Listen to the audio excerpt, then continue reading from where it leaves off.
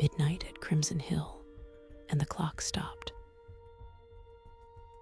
Eleanor Hale arrived in Crimson Hill at midnight because the clock had stopped at 12, and the village had kept its mouth closed around that silence. The road smelled of damp stone and spent rain. Shutters hugged the windows like hands over eyes. The tower, which had always been a distant punctuation mark against the sky, now loomed like a stern expectation. She had the brass key in the pocket of her coat and the journal under her arm, both heavy with obligation. There was a loneliness here that felt intentional. When she first heard the whisper of the stop, the absence where a chime should have been, she thought of an accident, a snapped gear perhaps, some mundane failure to be fixed by a mechanic's greasy fingers. But the tower's face held midnight as if someone had pressed pause on the world. Eleanor's grandfather, the clockmaker, had taught her to listen to tiny certainties, the even step of a pendulum, a spring's sigh. Tonight those certainties had become riddles. Her hand tightened around the key, and the pages of the journal rustled like nervous leaves. He had been gone 2 years when the letters stopped coming, yet his handwriting lived in those pages, ink smudged by his thumb, instructions and half-finished fables about keeping time honest. The villagers had always said he tuned more than clocks, that there was a kind of listening he did, a patience for unfinished moments. Eleanor had returned because a neighbor slipped a note under her door. The clock stopped. They did not write why. In the margins of the journal, she had once found a sketch of the tower and a note. Do not let the hour forget us. Hill Road climbed like a memory, each bend returning a face of some old afternoon, the bench where she last argued with herself, the stoop where boys used to dangle their feet, the lamppost that had learned the shape of fog. Even the air seemed to be holding its breath, thick with the idea of things unresumed. Windows were dark, but not shuttered against light. They were shut because being seen felt dangerous. People moved like shadows behind curtains, avoiding the directness of being alive in the open night. A dog barked, then swallowed the sound. He entered the tower through a narrow door that sighed on iron hinges.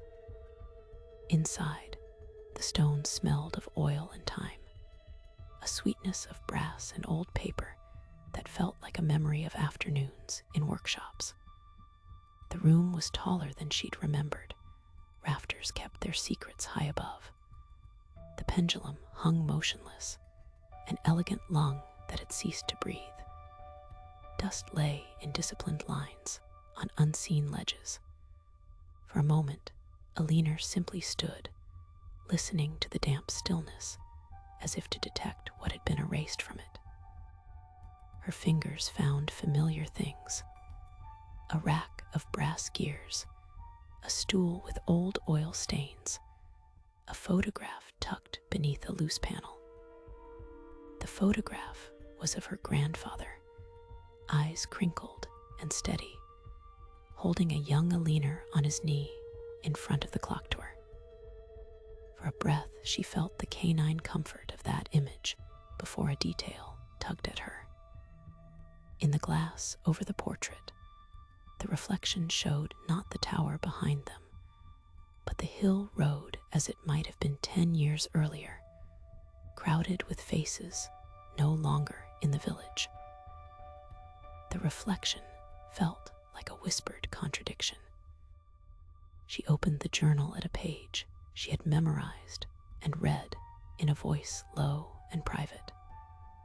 The entries wavered between clockwork notes and something like counsel.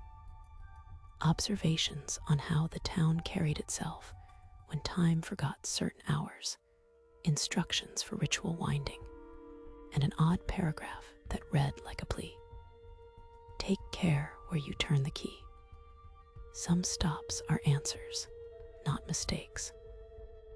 Skepticism tugged at her until the sentences began to feel less like words and more like footprints in the dust, leading somewhere she was not wholly prepared to follow. Small things shifted in the tower as the minutes felt thicker. A shadow corrected itself a heartbeat late. The echo of her steps came from a slightly different angle, and beyond the open louvers, the village chimed once in her memory, not the bells, but the memory of their sound, bright and impossible. She told herself these were tricks of the dark and the mind hungry for pattern. Yet, when she looked up, the hands of a lesser clock in the corner appeared to tremble despite the stillness outside. The tower was not entirely inert. It seemed merely patient. Eleanor sat on the oil-stained stool and fetched the brass key from her palm. The metal felt warm, as if it had been sleeping in someone's hand. She slid it into the winding aperture and hesitated. The key should have turned smoothly, but the mechanism resisted like a breath held too long. When she wound, the sound that came from the gears was too precise to be accident. A metallic note that matched a consonant in the journal's odd paragraph. And for a second, she thought she heard her grandfather's voice in the pitch, not speaking words, but the cadence of a sentence unfinished. The tower seemed to inhale. At first, it was only a change in the air, the way a room does when someone opens another door unseen. Then, like a photograph pocket that is briefly held to the light, the interior offered reflections of other times. The market on a summer morning, lanterns at a winter festival, afternoons when the road was crowded. They were not solid visions, but suggestions, like the edges of memories fitting together and refusing to be pinned. Eleanor felt time softening around her, as if it were clay pliant to curiosity or despair. Something or someone that was not a person arranged itself in the doorway of the upper lantern room, the absence of a figure that nonetheless carried intention. It did not speak, but made expectations, a pressure that asked why she had returned and what she intended to do with a stopped hour. Eleanor found herself arguing with air, explaining that she came for answers, to unfreeze what had been broken. The presence listened like a judge noting responses, and when she offered the journal, it remained patient, neither accepting nor denying the exchange.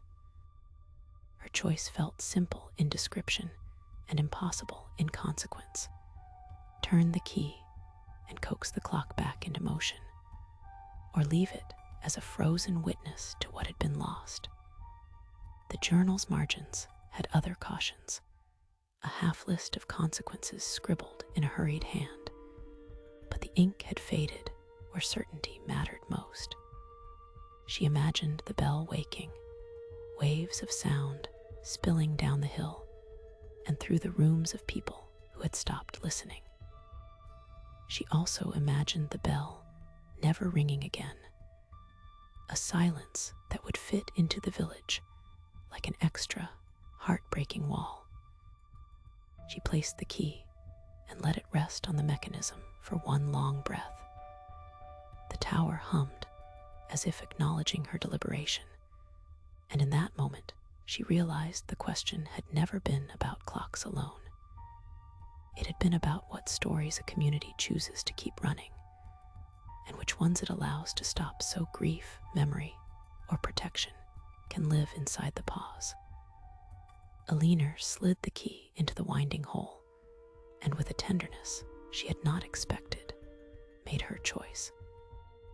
Whether the bell would toll and what it would toll for remained, as ever, a matter of opinion and consequence. When the gears sighed, the sound might have been a bell beginning to turn, or the settling of something that had been held too long. The hands trembled with a courage that felt borrowed, then aligned ever so slowly. Some windows down the hill brightened as if someone had turned their head.